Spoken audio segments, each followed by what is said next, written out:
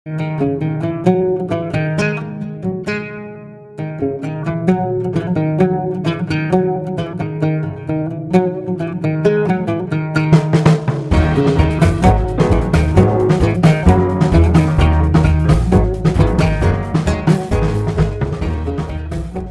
Guys, आज मैं आपके लिए लेकर आया हूँ सुपर हीरो मूवी की कहानी को। तो कहानी की शुरुआत में हम रिक नाम के एक लड़के को देखते हैं जो अपने स्कूल बस के पीछे भाग रहा होता है। इसी दौरान काफी देर तक मशक्कत करने के बाद वो किसी तरीके से बस के अंदर चढ़ जाता है। यहाँ पर वो अपने बेस्ट फ्रेंड ट्रे से मिलता है जो कि उसके बेस्ट फ्रेंड होने के साथ साथ इकलौता फ्रेंड भी है। दरअसल रिक का दिमाग एक गधे की तरह दौड़ता है, इसलिए स्कूल में उसे कोई भी भाव नहीं देता। पर वो जिल नाम की एक लड़की से प्यार करता है, लेकिन जिल भी उसे भाव नहीं देती। इसी बीच हमें पता चलता है कि जिल का एक बॉयफ्रेंड भी है जिसका नाम है लंस, और वो जिल को प्यार करने के साथ साथ रिक को पीटता भी है। खैर अगले दिन हम देखते हैं कि स्कूल के सभी स्टूडेंट को एक प्रोजेक्ट करने के लिए एनिमल रिसर्च लैब में लेकर जाया जाता है, जहाँ पर डॉक्टर स्टॉर्म उन सभी बच्चों को उस एनिमल रिसर्च लैब को दिखाने लगता है। इसी बीच एक पक्षी रिक के ऊपर हमला करता है और रिक उस पक्षी से बचने के लिए उसको फाइट बैक करने लगता है, जिस वजह से वो पक्षी लैंड्स के सर पर जाकर लगता है और लैंड्स रिक के ऊपर गुस्सा होकर उसे मारने के लिए आता है। लेकिन तभी वहाँ पर उसका अंकल भी पहुंच जाता है जिसका नाम था लू, और वो लैंड्स को रिक को मारने से मना करता है। दरअसल ये एनिमल रिसर्च लैब उन्हीं का है और वो रिक के फैमिली को अच्छी तरीके से पहचानता है, इसीलिए वो रिक से उसके पिता और माता के बारे में पूछता है और रिक उसे बताता है कि उसके पिता और माता कब का गुजर चुके हैं और अभी वो अपने अंकल एल्बर्ट और आंटी के साथ रहता है। खैर इसके बाद लू जब वहाँ से चला जाता है तभी लैंड्स रिक के ऊपर वापस से हमला करता है और उसे एनिमल के वेस्ट के ऊपर गिरा देता है, जिस वजह से रिक वहाँ से उठकर बाहर जाता है और एक लिक्विड से अपने बॉडी को साफ करने लगता है। दरअसल वो लिक्विड जानवरों को अट्रैक्ट करने के लिए यूज किया जाता है और रिक उस लिक्विड से अपने कपड़े को साफ करने लगता है, जिस वजह से उस लिक्विड की स्मेल से काफी सारे जानवर रिक के पास पहुंच जाता है। इसी दौरान एक ड्रैगन फ्लाई रिक के गर्दन पर आकर बैठता है और उसके गर्दन को काट लेता है, जिस वजह से रिक वहीं पर ही गिर जाता है। वहीं दूसरी तरफ डॉक्टर स्टॉर्म जब लैब के दरवाजे को खोलते हैं तभी लैब में मौजूद सभी जानवर रिक के पास आने लगता है और रिक के ऊपर चढ़कर उसे ही नोचने लगता है। इधर बाकी सारे स्टूडेंट्स जब ये सब कुछ देखते हैं तभी वो लोग ये सब कुछ देखकर काफी ज्यादा परेशान होते हैं। इसके बाद अगले सीन में हम रिक को उसके घर पर देखते हैं, जहाँ पर घर पहुँचते ही उसे काफी अजीब फील होने लगता है और वो बेहोश हो जाता है। दूसरी तरफ हम लू को देखते हैं जो डॉक्टर स्टॉर्म के पास आकर उसके ऊपर एक्सपेरिमेंट करने के लिए कहता है। दरअसल लू एक मेंटली बीमारी से बीत रहा है, इसीलिए इस बीमारी को खत्म करने के लिए डॉक्टर स्टॉर्म एक मशीन का आविष्कार किया है, लेकिन वो मशीन अभी तक कंप्लीट नहीं हुआ है। पर फिर भी लू उस मशीन को अपने ऊपर आजमाने के लिए कहता है, जिस वजह से डॉक्टर स्टॉर्म लू के ऊपर उस मशीन को आजमाता है और लू को एक तेज बिजली का झटका लगता है। अब एक्सपेरिमेंट खत्म होने के बाद लू डॉक्टर स्टॉर्म को टच करता है और यहाँ पर हम देखते हैं कि डॉक्टर स्टॉर्म के अंदर जो एनर्जी थी वो लू के अंदर चला जाता है और डॉक्टर स्टॉर्म वहीं पर ही मारा जाता है। इसके बाद लू वहाँ पर मौजूद सभी साइंटिस्ट को जान से मार डालता है और उनके अंदर मौजूद एनर्जी को अपने अंदर ले लेता है, लेकिन इस काम के लिए उसे कोई भी ब्लूटूथ या फिर वाईफाई की जरूरत नहीं पड़ता। दूसरी तरफ हम रिक को देखते हैं जो नींद से उठता है और उसे पता चलता है कि वो पिछले 5 दिनों से बेहोश पड़ा हुआ है। लेकिन गौर करने की बात यह है कि वो पिछले 5 दिनों से बेहोश पड़ा हुआ है, लेकिन उसके अंकल उसे हॉस्पिटल तक नहीं लेकर गए। खैर इसके बाद रिक स्कूल पर जाता है जहाँ पर साइंस फेयर इवेंट को ऑर्गेनाइज किया गया है। इस इवेंट में चीफ गेस्ट के हिसाब से सस्ते स्टीफन हॉकिंस को बुलाया गया है। दरअसल स्टीफन हॉकिंस एक मशहूर साइंटिस्ट था जो फिजिकली पैरालाइज्ड होने के बावजूद हमारे लिए बहुत कुछ करके गया है। उनके बारे में मैं अगर इस वीडियो को बताऊं तो शायद ये वीडियो 2-3 घंटे का हो सकता है। खैर सस्ते स्टीफन हॉकिंस को वहाँ पर इसलिए लाया गया है ताकि वो स्टूडेंट्स को मोटिवेट कर सके, लेकिन वहाँ पर पहुंचकर हॉकिंस तो कुछ अलग ही करता है और वो कैरीमिनाटी की तरह उल्टा सीधा बकने लगता है। दूसरी तरफ हम रिक को देखते हैं जो हाथ धोने के लिए आया हुआ होता है और तभी उसका हाथ बेसिन में चिपक जाता है। वो अपने हाथ को छुड़ाने की काफी कोशिश करता है, लेकिन इससे उसका हाथ तो नहीं छूटता पर वो बेसिन टूट जाता है, जो सीधा जाकर लंड्स के सर के ऊपर लगता है और लंड्स रिच के ऊपर गुस्सा होकर उसको मारने के लिए आता है। इसी बीच रिच स्कूल के टीचर के साथ टकराता है और उसका हाथ टीचर के शर्ट के साथ चिपक जाता है। अब जब अपने हाथ को निकालने की कोशिश करता है तभी वो शर्ट भी फट जाता है और टीचर वहीं पर ही नंगा हो जाता है। इसके बाद वो स्कूल की मैडम से जाकर टकराता है और यहाँ पर भी उसका हाथ चिपक जाता है। अब उस मैडम के ड्रेस के साथ क्या कुछ होता है वो अगर मैं आपको दिखा दूं तो यूट्यूब शायद बुरा मान जाएगा। खैर रिच किसी तरीके से अपने आप को फ्री करके वहाँ से निकल जाता है और रास्ते में उसे ऐसा लगता है कि उसके अंदर कुछ स्पेशल पावर है, इसीलिए वो अपने आप को चेक करने के लिए एक दीवार के ऊपर चढ़ने लगता है और वो सच में दीवार में चढ़ पाता है। इसके बाद वो घर पहुंचकर अपने अंकल से इसके बारे में बात करता है और उसका अंकल चेक करने के लिए एक चाकू उसके पेट में डाल देता है, लेकिन इससे उसे कुछ भी नहीं होता, उल्टा वो चाकू ही डैमेज हो जाता है। इसी दौरान हमें रिक के चाइल्डहुड को दिखाया जाता है जहाँ पर हम रिक को उसके मॉम और डैड के साथ देखते हैं। वो लोग जब एक मूवी थिएटर से निकल रहे थे तभी कुछ गुंडे वहाँ पर आकर उनके ऊपर अटैक कर देता है। इसी बीच रिक उन गुंडों से लड़ने लगता है और इसी चक्कर में उसके मॉम और डैड भी मारे जाते हैं। यहाँ पर हमें ये भी पता चलता है कि रिक बचपन से जो भी काम करता है उसका नतीजा हर वक्त उल्टा ही होता है। खैर इधर रात में जिल रिक से मिलने के लिए आती है और उसे कहती है कि वो लंड्स के साथ खुश नहीं है। साथ ही साथ वो ये भी कहता है कि लंड्स उसके लिए अच्छा लड़का का नहीं है और वो हर वक्त अपने पैसों को ही दिखाता है। अब वो दोनों वहाँ पर बात कर ही रहे थे कि तभी वहाँ पर लंट्स अपने फरारी को लेकर जिल को पिक करने के लिए आता है और दूसरी तरफ रिक उस फरारी को देखने के बाद अपने साइकिल की तरफ देखता है जो टूटकर बिखर जाता है। अगले ही दिन रिक लोन लेने के लिए अपने आंटी के साथ बैंक जाता है, जहाँ पर उसे लोन तो नहीं मिलता पर वहाँ पर एक चोर घुस आता है। इसके बाद वो चोर चोरी करके जब बैंक से जा रहा होता है तभी वो दरवाजे को नहीं खोल पाता क्योंकि वो दरवाजा लॉक हो गया था। तभी रिक उस चोर की मदद करता है और वो दरवाजा खोल देता है, लेकिन थोड़ी देर बाद रिक जब बाहर आता है तभी वो देखता है कि वो चोर जाते जाते उसके अंकल को टपका कर ही गया है। इसके बाद रिक अपने अंकल को हॉस्पिटल लेकर जाता है, जहाँ पर पहुंचकर वो देखता है कि हॉस्पिटल में मौजूद सभी डॉक्टर एक से बड़े एक नशेड़ी है, क्योंकि वो लोग पेशेंट की जगह पर खुद ही इंजेक्शन ले रहे थे, इसीलिए वो लोग एक एक करके बेहोश होने लगते हैं। दूसरी तरफ हम लो को देखते हैं जिसको हार्ट अटैक आ रहा होता है, इसीलिए उसकी सिक्योरिटी उसे मरने में मदद करती है, लेकिन इससे पहले कि वो मरता वो उसकी सेक्रेटरी की एनर्जी खींच लेता है, जिससे वो बच जाता है और वो सेक्रेटरी मारा जाता है। इसके बाद जब वो उसकी लाश को ठिकाने लगा रहा था तभी वहाँ पर एक आदमी पहुंच जाता है और वो देखता है कि लू अपनी सेक्रेटरी के साथ गपागप कर रहा है, इसीलिए वो उसे सॉरी कहकर वहाँ से चला जाता है। दूसरी तरफ हम रिक को देखते हैं जो कि काफी ज्यादा परेशान होता है क्योंकि उसका अंकल ठीक नहीं हो रहा था। तभी वहाँ पर व्हील चेयर में एक टकला आता है और वो रिच को एक स्कूल के बारे में बताता है। दरअसल इस स्कूल में रिक की तरह ही सुपर पावर वाले लोग ही रहते हैं। खैर अगले दिन रिच अपने लिए एक ड्रेस बनाता है और स्कूल के बिल्डिंग में चढ़कर कुछ सोचने लगता है। इसके बाद रिच धीरे धीरे लोगों की मदद करने लगता है, जिससे वो काफी फेमस हो जाता है और लोग उसे बगमैन के नाम से पहचानने लगते हैं। दूसरी तरफ हम लू को देखते हैं जो बगमैन को देखकर अपने लिए भी एक ड्रेस बनाता है जो कि दिखने में एकदम थॉर की तरह थी। अब वो उस ड्रेस को पहनकर बगमैन को मारने के लिए जाता है और उसे इंजर्ड करके वहाँ से भाग जाता है। इसके बाद ऐसे ही कुछ और दिन गुजर जाता है और एक दिन जिल के ऊपर कुछ गुंडे हमला करता है, इसीलिए रिक भी वहाँ पर पहुंच जाता है और वो उन गुंडों को मारकर जिल को किसी तरीके से बचा लेता है। दूसरी तरफ हम लू को देखते हैं जो कि अभी तक 47,272 लोगों को मार चुका है, लेकिन अभी भी उसे जिंदा रहने के लिए और भी इंसानों की एनर्जी जरूरत है। इसके बाद लू अपने सस्ते कपड़े को पहनकर रिक के घर में घुसकर उसके ऊपर अटैक कर देता है, पर रिक तभी एक सॉपीस को लू की तरफ फेंकता है, लेकिन वो सॉपीस रिक को वापस आकर लगता है और वो बेहोश हो जाता है। इसके बाद लू रिक के आंटी को जान से मार डालता है और वहाँ से चला जाता है। थोड़ी देर बाद रिक अपने अंकल के पास जाता है और उससे कहता है कि उसकी आंटी अभी मर चुकी है। तभी डॉक्टर उन दोनों से माफी मांगने लगता है क्योंकि डॉक्टर ने अंकल को बचाने के चक्कर में उसके दोनों अखरोट को ही बाहर निकाल दिया है, जिसको सुनकर उसका अंकल बेहोश हो जाता है, जबकि उसे खुश होना चाहिए था क्योंकि उसकी बीबी भी मर चुकी है, यानी उस अखरोट का कोई काम नहीं। इसके बाद अगले सीन में हम रिक को जिल के साथ देखते हैं, जहाँ पर रिक जिल के साथ ब्रेकअप कर लेता है क्योंकि वो अपने वजह से जिल की जान को खतरे में नहीं डालना चाहता था। खैर ऐसे ही कुछ और दिन गुजर जाता है और हम देखते हैं कि रिक के मुंह में नकली दाढ़ी भी आ चुका है। इसी बीच एक दिन अंकल उसके पास आकर कहता है कि डॉक्टर ने उसके दोनों अखरोट को ही बाहर निकाल दिया है, पर फिर भी वो काफी ज्यादा खुश है। लेकिन रिक के पास दोनों अखरोट होकर भी उसे इसकी कोई भी कदर नहीं है। इसी दौरान रिक न्यूज में देखता है कि शहर में एक इवेंट होने वाला है जहाँ पर 1000 से ज्यादा लोग आने वाले हैं, जिसको देखकर रिक समझ जाता है कि लू उसी जगह पर आने वाला है क्योंकि उसे काफी लोगों को मारकर उनकी एनर्जी लेना है। इसीलिए वो उस इवेंट में पहुंच जाता है जहाँ पर वो लू को ढूंढने लगता है। इसी बीच वो वहाँ पर मौजूद एक ध्यानी बाबा को लू समझकर नंगा कर देता है, जिस वजह से वहाँ पर भगदड़ मच जाता है और वो सभी लोग एक दूसरे को मारने लगते हैं। तभी वहाँ पर लू भी पहुंच जाता है और वो रिक के ऊपर ब्लेड फेंक कर उसे मारने की कोशिश करता है, लेकिन इससे पहले कि वो ब्लेड रिक को आकर लगता जिल उसके बीच में आ जाती है, जिस वजह से वो ब्लेड जिल को आकर लगता है और जिल काफी बुरी तरीके से घायल हो जाती है। दूसरी तरफ रिक लो के पास जाता है और उसके बॉडी में एक बॉम्ब फिट कर देता है, जिस वजह से उस बॉम्ब के फटते ही लो भी वहाँ पर मारा जाता है। इधर उस बॉम्ब के ब्लास्ट की वजह से जिल उस बिल्डिंग से गिरने लगती है और रिक किसी तरीके से उसे बचा लेता है। इसी दौरान जिल को भी पता चल जाती है कि रिक ही बगमैन है और वो दोनों हवा के सवारी में निकल जाते हैं। और दोस्तों इसी के साथ ही इस फिल्म की कहानी खत्म हो जाती है।